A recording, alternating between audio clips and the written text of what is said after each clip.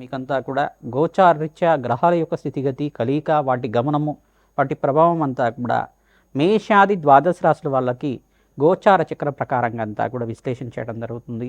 ఈ రోజున మనం చెప్పబోయే టాపిక్ ఏంటంటే ప్రధానంగా చూసుకుంటే 2026 ఆంగ్ల సంవత్సర ఫలితాల్లో భాగంగా ప్రధానంగా చూసుకుంటే ఈ యొక్క సంక్రాంతి వేళ నుంచి ఎటువంటి శుభ కార్యక్రమాలంతా కూడా విశేషంగా పుణ్యయోగాలు సిద్ధించడానికి సంక్రాంతి సందర్భంగా మీకంతా కూడా మేషాది ద్వాదశ రాశుల వాళ్ళకి ఈ యొక్క ఆంగ్ల సంవత్సర ఫలితాల్లో భాగంగా జనవరి నుంచి డిసెంబర్ దాకా ఈ పండగ నుంచి మీరు ఎటువంటి పుణ్య కార్యక్రమాలు ఆచరించుకుంటే మీ జీవితం అంతా కూడా రాజయోగంగా మారడానికి విశేషమైన పరిష్కారాలంతా కూడా చెప్పడం జరుగుతుంది. గోచారిత్య గ్రహస్థితి అంతా కూడా చూసుకుంటే మీనరాశిలో శనీశ్వరి సంచారం జరుగుతుంది. ప్రధానంగా రాహువు యొక్క సంచారం అంతా కూడా కుంభరాశిలో సంచారం ఏప్రిల్ 14 తర్వాత వక్రగతి సంచారం జరుగుతుంది. ప్రధానంగా సప్తమ స్థానంలో అంటే ప్రధానంగా చూసుకుంటే సింహరాశిలో అంతా కూడా ఈ యొక్క కేతు యొక్క సంచారం ఏప్రిల్ 14 తర్వాత వక్రగతి సంచారం జరుగుతుంది. బృహస్పతి యొక్క మార్పు అంతా కూడా చూసుకుంటే ఇక్కడ మిథున రాశిలో అంతా కూడా రాజయోగ కారకుగా మారి అంతా కూడా అతిచారం నుంచి మళ్ళీ తిరోగమనంలో అంతా కూడా మార్పు చెందడం జరిగింది. మళ్ళీ చూసుకుంటే జూన్ 14 తర్వాత కర్కాటక రాశిలో ఉచ్చస్థానంలో మార్పు జరుగుతుంది. ఈ యొక్క సూర్యగ్రహం అంతా కూడా చూసుకుంటే సవిత్ర సూర్యనారాయణ స్వామి అంతా కూడా జనవరి 1వ తారీఖు నుంచి అంతా కూడా ప్రధానంగా ఇక్కడ ధనుసు రాశిలో అంతా కూడా చతుర్గ్రహ కూటమితోటి కలుగుతూ ఉంటారు. తర్వాత చతుర్గ్రహ కూటమిలో అంతా కూడా సూర్య భగవానుడు ధనుసు రాశిలో అంగారకుడు బుధుడు శుక్రుడి కలియుకతోటి చతుర్గ్రహ కూటమిలో అంతా కూడా సంభవం జరుగుతుంది. ప్రధానంగా జనవరి 15వ తారీఖు తర్వాత మార్పు అనేది జరుగుతుంది. ఉత్తరాయణ పుణ్యకాలం అంతా కూడా మొదలవుతుంది. ఉత్తరాయణము అంటే ప్రధానంగా ఉత్తరాయణం అని చెప్పేసి అంటే ఆయనము అని చెప్పేసి అంటే గమనం అని చెప్పేసి సూర్యుడు యొక్క గమనం అని చెప్పేసి మార్గము పయనము అని చెప్పేసి చెప్పడం జరుగుతుంది. ఉత్తరాయణ పుణ్యకాలం అనేది సూర్యుడు యొక్క గమనాన్నంతా కూడా నిర్దేశిస్తూ ఉంటుంది. ప్రధానంగా చూసుకుంటే ఉత్తరాయణ పుణ్యకాలంలో అంతా కూడా ప్రధానంగా 6 నెలల వరకు ఉంటుంది.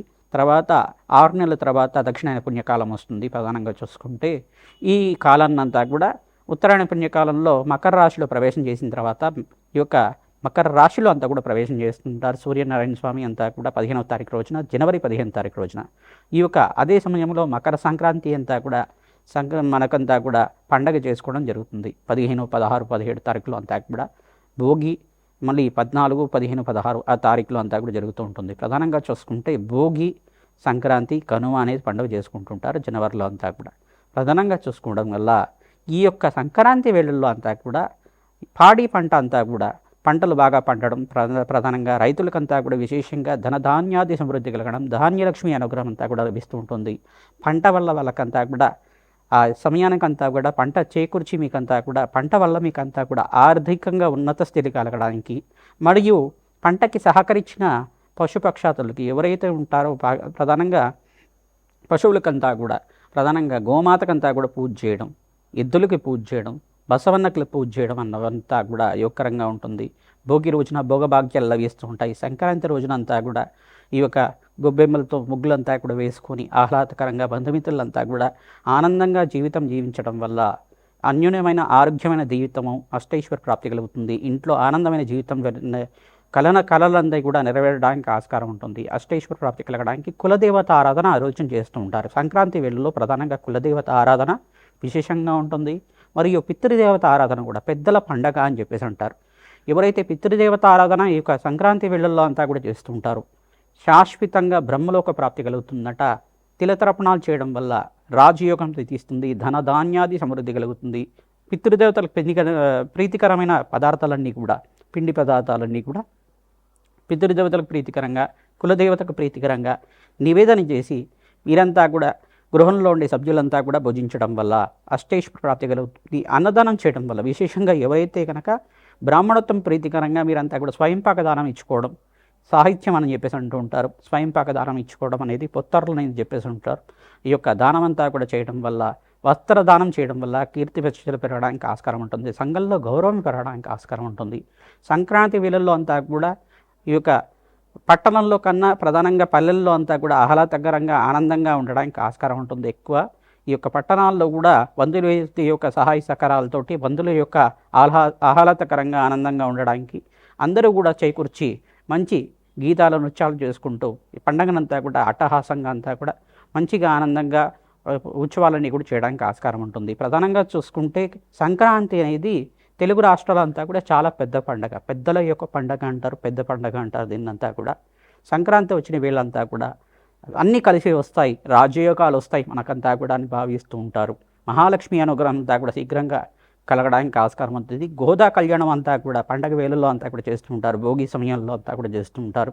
గోదాదేవి కళ్యాణం అంతా కూడా చేయడం, రంగనాథ స్వామి అనుగ్రహం అంతా కూడా లభిస్తూ ఉంటుంది, శ్రీకృష్ణ పరమాత్మ అనుగ్రహం అంతా కూడా లభిస్తూ ఉంటుంది. తద్వారా ఎవరైతే ఈ యొక్క కళ్యాణంలో అంతా కూడా పాల్గొంటూ ఉంటారో అష్టైశ్వర్య ప్రాప్తి కలగడానికి ఆస్కారం ఉంటుంది. గోదా కళ్యాణంలో కూడా విశేషమైన పుణ్యయోగం రావడానికి ఆస్కారం ఉంటుంది, అష్టైశ్వర్య ప్రాప్తి కలగడానికి ఆస్కారం ఉంటుంది. ప్రతినిత్యం కూడా ఈ యొక్క అమ్మవారి ఆరాధన ఖడ్గమాల స్తోత్రంతో కుంకుమార్చన చేసుకోవడం, ఈ యొక్క యజ్ఞ హోమాది క్రతువుల్లో అంతా కూడా పాల్గొనడం వల్ల విశేషమైన పుణ్యయోగం వస్తుంది. దేవాలయ ప్రాంగణంలో ఉత్తరాయణ పుణ్యకాలంలో అంతా కూడా దేవతలకి శక్తి కలిగే విధంగా విశేషమైన యజ్ఞాత క్రతులంతా కూడా చేస్తూ ఉంటారు. రాజశ్యామల యజ్ఞాత క్రతులు కానీ, విశేషమైన చండీ హోమాది కార్యక్రమాలు కానీ, కులదేవత ఆరాధన కానీ, విశేషంగా ఎవరైతే యజ్ఞ హోమాది క్రతులంతా కూడా చేస్తూ ఉంటారో విశేషమైన పుణ్యయోగం సిద్ధించడానికి ఆస్కారం ఉంటుంది. అత్యంత శుభమైన కాలంగా ఉత్తరాయణ పుణ్యకాలం అంతా కూడా అత్యంత శుభకాలంగా ఉంటుంది. సంక్రాంతి అంతా కూడా పుణ్య కార్యక్రమాలు ఆచరించుకోవడానికి, దాన ధర్మాలు చేసుకోవడానికి అత్యంత శుభమైన ఫలితంగా ఎవరైతే దానాది కార్యక్రమాలు చేసుకుంటూ ఉంటారో 3 రెట్లు 3000 కోట్ల రెట్లు ఫలితం అంతా కూడా పొందడానికి ఆస్కారం ఉంటుంది. ప్రతినిత్యం కూడా అమ్మవారి ఆరాధన, కులదేవత ఆరాధన, పితృదేవత ఆరాధన మర్చిపోకుండా చేస్తూ ఉండండి. తద్వారా అష్టైశ్వర్య ప్రాప్తి కలుగుతుంది, రాజయోగం సిద్ధిస్తుంది. ధనుస్సు రాశి జాతకులకి 2026 ఆంగ్ల సంవత్సర ఫలితాల్లో భాగంగా విశేషమైన రాజయోగం సిద్ధి రావడానికి బృహస్పతి అనుగ్రహం వల్ల అత్యంత అనుకూలంగా మారడానికి ఆస్కారం ఉంటుంది. సప్తమ స్థానంలో మరియు అష్టమ స్థానంలో మార్పు అంతా కూడా బృహస్పతి అష్టమ స్థానంలో ఉచ్చస్థానంలో మార్పు అంతా కూడా రాజయోగ కారణంగా ఉంటుంది. ఆకస్మిక ధనయోగం అంతా కూడా బృహస్పతి అనుగ్రహం వల్ల, శుక్రుడు అనుగ్రహం వల్ల, అంగారు కూడా ఉచ్చస్థానంలో మార్పు జరగడం వల్ల రాజయోగంగా మారుతుంది. సూర్య భగవానుడు ఎప్పుడైతే కనుక మే 15వ తారీఖు తర్వాత మేషరాశిలో సంచారం చేస్తారో అప్పటి నుంచి మీకంతా కూడా జాతకంలో మార్పు జరుగుతూ ఉంటాయి. విశేషమైన పుణ్యయోగాలు సిద్ధించడానికి ఆస్కారం ఉంటుంది. శనీశ్వరుడు యొక్క దృష్టి అంతా కూడా, దశమ దృష్టి అంతా కూడా రాశి మీద పడుతుంది. ఈ యొక్క దృష్టి ప్రభావం చేతనే స్వల్పంగా ఇష్టమైన ఫలితాలు పొందడానికి ఆస్కారం ఉంటుంది. స్వల్పమైన దోషాలతోటి బయటపడడానికి ప్రయత్నించడం కూడా ప్రత్యంగరాదేవి హోమాది కార్యక్రమాలు ఆచరించుకోవడం, జపము హోమాది కార్యక్రమంలో భాగంగా రాజశ్యామల యజ్ఞాధికృతులు, మాతంగేశ్వరి దేవి హోమాది కార్యక్రమాలు ఆచరించుకోవడం వల్ల విశేషమైన పుణ్య ఫలితాలు పొందుతారు. ప్రధానంగా గోమాత సేవలో భాగంగా ఎవరైతే కనుక గోమాతకి పచ్చిక తెలకపిండి గ్రాసాన్ని ప్రతినిత్యం కూడా సమర్పిస్తూ ఉండడం, 27 ప్రదక్షిణల గోమాతకి ప్రతినిత్యం కూడా చేయడం, రాజశ్యామల యజ్ఞాధికృతులు ఆచరించుకోవడం, ఎవరైతే కనుక వ్యాపారంలో అభివృద్ధి కలగడానికి ప్రతినిత్యం కూడా ఈ యొక్క లక్ష్మీ కుబేర యంత్రాన్నంతా కూడా ఈశాన్య దిగ్భాగంలో, ఉత్తర దిగ్భాగంలో ప్రాణప్రతిష్ఠ చేసుకొని పూజ చేయించుకోవడం వల్ల విశేషమైన ధనాకర్షణ పెరగడానికి ఆస్కారం ఉంటుంది.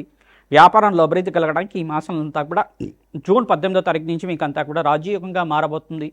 నవంబర్ 28 దాకా స్వల్పంగా గ్రహదోషాలు ఉన్నాయి కావున అప్రమత్తంగా ఉండడం యోగకరంగా ఉంటుంది. పంచగ్రహ కూటమి, షష్టగ్రహ కూటమి, త్రిగ్రహ కూటమి, చతుర్గ్రహ కూటమి ప్రభావం అంతా కూడా ఉంటుంది. ప్రతినిత్యం కూడా అన్నదానం చేయడానికి ప్రయత్నం చేయండి. మీ మీద ఎవరైనా కానీ చెడు దృష్టి చేశారని చెప్పి అభద్రతా భావం ఉంటే కనుక దాని నుంచి బయటపడడానికి హనుమత్ మూలమంత్ర సహితంగా మనసుక్త విధానంగా మీరంతా కూడా మనసుక్త విధానంగా జపము హోమాది కార్యక్రమాలు ఆచరించుకోవడం, మూలమంత్ర సహితంగా స్వామివారికి ప్రీతికరంగా మార్చచక్రాలు అని చెప్పేసి అంటారు. ఈ యొక్క వడమాలంతా కూడా వేసి దాంట్లో అంతా కూడా వడమాలలో ఈ యొక్క తేనెతోటి అంతా కూడా నివేదన చేయడం వల్ల, భక్తుడికి పంచడం వల్ల విశేషమైన పుణ్యప్రాప్తి కలుగుతుంది. రాజయోగం సిద్ధించడానికి ఆస్కారం ఉంటుంది. సకల ఆర్థిక కష్టాల నుంచి బయటపడడానికి, అప్పుల బాధల నుంచి బయటపడడానికి యోగకరంగా ఉంటుంది. ఈ మాసంలో మీకంతా కూడా ఆగస్టు 18 తర్వాత వ్యాపారంలో అభివృద్ధి కలగడానికి ఆస్కారం ఉంటుంది. నూతన వ్యాపారంలో పెట్టుబడి పెట్టుకోవడానికి ఆగస్టు 18 నుంచి మీకంతా కూడా నవంబర్ 8 దాకా రాజయోగంగా చెప్పడం జరుగుతుంది. ప్రధానంగా ఆర్థిక ఇబ్బందులు కానీ, అకాల కష్టాలు కానీ, ఇటువంటి బాధల నుంచి బయటపడడానికి మీ జన్మజాతకమే ప్రధానమైన జాతకంగా ఉంటుంది. జన్మజాతకాన్ని అంతా కూడా జ్యోతి సిద్ధాంతాలతో మీరంతా కూడా విశ్లేషణ చేయించుకొని పరిష్కారం అంతా కూడా ఆచరించండి. గోమాత సేవ విశేషంగా ఆచరించండి. శ్రీమాత్రే నమః. మేషాది ద్వాదశ రాశుల వాళ్ళకి 2026 ఆంగ్ల సంవత్సర ఫలితాల్లో భాగంగా సంపూర్ణ విశ్లేషణ అంతా కూడా చేయడం జరిగింది. ప్రధానంగా చూసుకుంటే ఈ 5 గ్రహాలంతా కూడా రాజయోగానికి కారణమవుతాయి. ప్రధానంగా మీకంతా కూడా ఈ సంవత్సరం అంతా కూడా 5 గ్రహాలంతా కూడా అన్ని రాశుల వాళ్ళకి యోగకరంగా మారబోతున్నాయి. ప్రధానంగా బృహస్పతి, శుక్రుడు, అంగారకుడు మరియు శనీశ్వరుడు, సూర్య భగవానుడు ఈ గ్రహాలన్నీ కూడా యోగకరంగా మారబోతున్నాయి. తద్వారా ఆర్థికంగా ఉన్నత స్థితి కలగడానికి, అష్టైశ్వర్య ప్రాప్తి కలగడానికి ఈ గ్రహాలకంతా కూడా జపము హోమాది కార్యక్రమాలు, మేషాది ద్వాదశ రాశుల వాళ్ళు మీరంతా కూడా జన్మజాతకం ప్రకారం కావచ్చు, గోచార చక్ర ప్రకారంగా కావచ్చు, మీరు ఈ గ్రహాలకి విశేషమైన శాంతులు ఆచరించుకోవడం వల్ల ఆకస్మిక ధనవయోగం ధనలాభాలంతా కూడా సిద్ధించడానికి ఆస్కారం ఉంటుంది.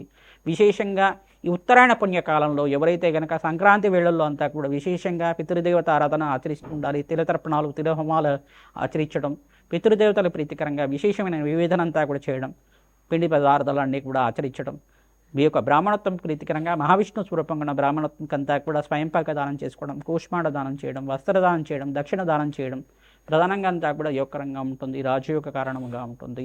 ప్రధానంగా ఎవరి జాతకంలో గనక గ్రహస్థితి మెరుగ్గా లేదు, మాకంతా కూడా శత్రుభయాలు ఉన్నాయి, ప్రధానంగా మాకంతా కూడా చెడుపీడ జరిగింది అనేది ప్రభావంగా ఉంది అని చెప్పేసి బాధపడుతుంటే కనుక మీరు తంత్రశాస్త్రంలో చెప్పిన ప్రధానంగా మీరంతా కూడా ఆచరించండి. మహాకాళి పుణ్యక్షేత్రాలు దర్శనం చేసుకుంటూ ఉండండి.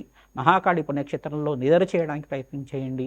విశేషమైన పుణ్యప్రాప్తి కలగడానికి ఆస్కారం ఉంటుంది. ఆంజనేయ స్వామివారి దేవాలయంలో కూడా నిద్ర చేయడానికి ప్రయత్నం చేయండి. ఎటువంటి గ్రహ దోషాలు ఉన్నా కానీ నివారణ అవుతూ ఉంటుంది. మన్యసూక్త పారాయణం ఆచరించాలి.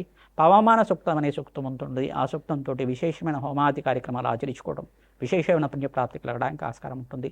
వడమాలను సమర్పించి తేనెను కూడా నివేదన చేయడం వల్ల ఆంజనేయ స్వామికి ప్రధానంగా సింధూర అభిషేకాది కార్యక్రమాలు ఆచరించుకోవడం వల్ల ఆంజనేయ స్వామి అనుగ్రహం వల్ల సకల దుష్టగ్రహ పీడలంతా కూడా పోవడానికి ఆస్కారం ఉంటుంది. శ్రీమాత్రే నమః.